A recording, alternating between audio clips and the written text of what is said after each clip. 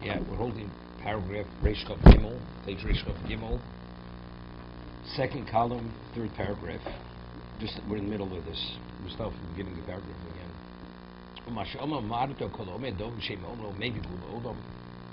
If you say something in the name of, you source it to the source, you bring Gula Olam. We learn from Esther. How do we know the reason why Esther merited that the Gula should come through her is because she mentioned Mordechai? The old Kol Midas HaKadosh Baruch Hu Midah Keneged Midah V'Dov Zeh She'omer V'Dov Shem Omro Matam She'yizka Lo V'Gula. What is so special about sourcing it to the source that the outgrowth of that would be Gula? What's the Midah Keneged Midah? Yesh L'das Ki Kasher Kadosh Baruch Hu May V'Gula Shem Yisborach Rotze She'yedu. He says this is important. When HaKadosh Baruch Hu brings Gula, Hashem Yisborach Rotze She'yedu Ki Yisborach Po'al. HaKadosh Baruch Hu wants you to know that He's the one who brought this about. Lo Yomad Lo Hashem Yisborach Po'al Tozos Rak Chochmos V'Otzim Yodam. Cheitim Zub Gulas Mitzrayim Ksiv Yedu Mitzrayim Ki Ani Hashem V'Otzi Yosef Eretz Mitzrayim. Even the Egyptians, the pagans, they will know that I took you out of Egypt. The Fichochim Lohoisa Estem Balas Midozos Litlos Hadover Misha Roy Litloso. Oitz Chashom Omeres Lisho Anio Sisi Bro Chochmosi Grei Lis Gadol Lis Boy. Let's say she herself would have attributed the outcome of whatever happened to herself. Lohoisa Estem Ruyo Shtova Gula Yodom.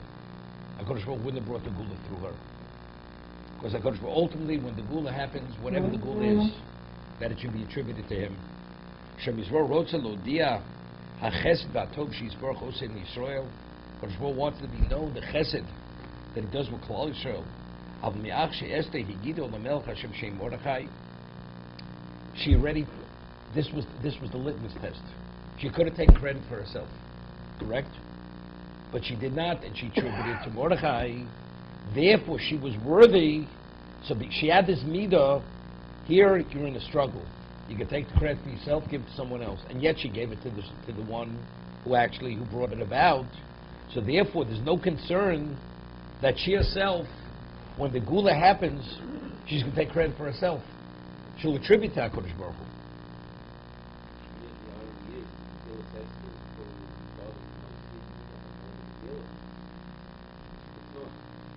Yeah, because that's Hanochi Haste Rastapona, because it was a concealed miracle. But we're talking about the person. No. No. If you read it, no, it is through it. From the way things unfold. Okay, but what kind of person is she? She's not a person she wants the credit for herself. So because she's not that kind of person, therefore the Gula came through her. We're not saying this is the reason why the Gula came. The reason why Gula came is because HaKadosh Baruch Hu wanted to bring the Gula. But why was she worthy that it should come through her is because she already displayed this characteristic that she will not in any way interfere and not allow it to be known that it's HaKadosh Baruch Hu. 1 second. Av me'ach she'esteh yigidu l'melech achshei shei Mordechai v'oyev shelo loma l'melech ki ani osisi zos l'melech limso chem b'nei ha'melech. But she said in the name of Mordechai what she had done. She's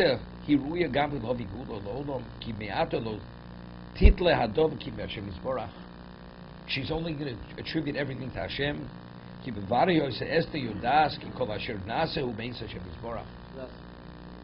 Right, it's a phenomenal. The point is, if you attribute your learning to someone else,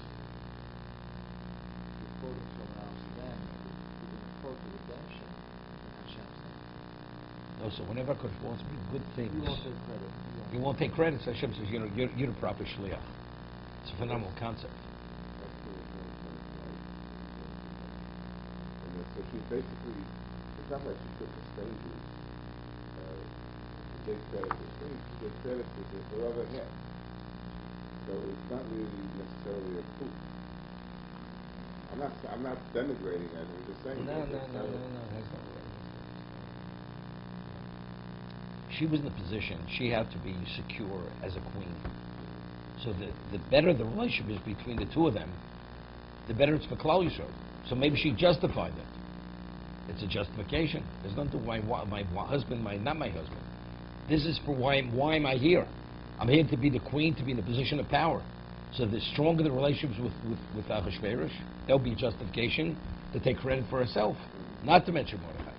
But yet she attributed to the source, regardless.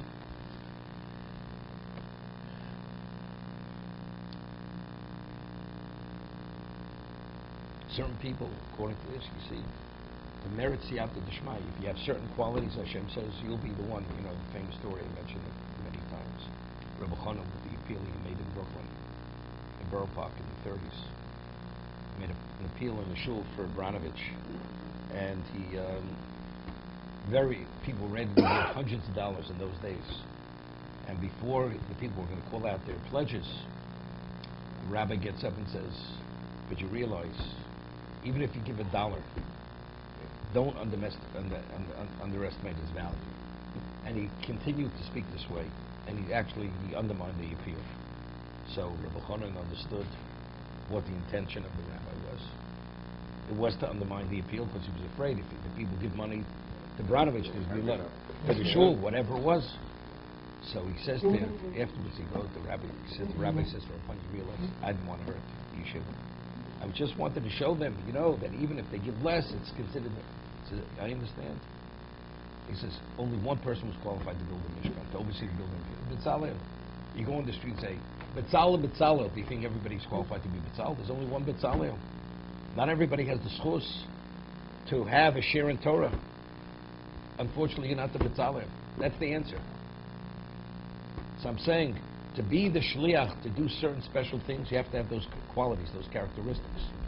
You take credit for yourself, then you're not the candidate for this position. Kodesh Baruch Hu will only give this responsibility to the person who has that particular quality, that he will attribute it to him, not to himself.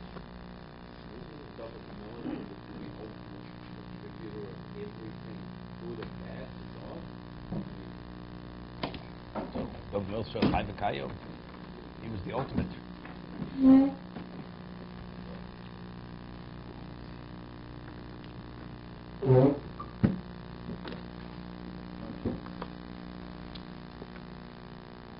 mean, we find it's interesting. Rabbi Bahya makes it a point. Joseph, when he interpreted the dreams of Paro, he continues to say, Elokim Yanish Lo Paro. I mean, he just was taken out of prison. He's speaking to the greatest monarch in the world, who's a pagan, and he's telling Elokim. And over time, and then afterwards, Paro himself says, have you ever seen anybody Ruach Elokim bo? So Rabbi Bahya makes it a point. You see that he was so impressive, Yosef, and he impacted Paro that even the pagan is attributing Yosef's ability to Elokim. This was because Yosef himself expressed it as Elokim. Rabbi Bahya makes the point. So what does that mean?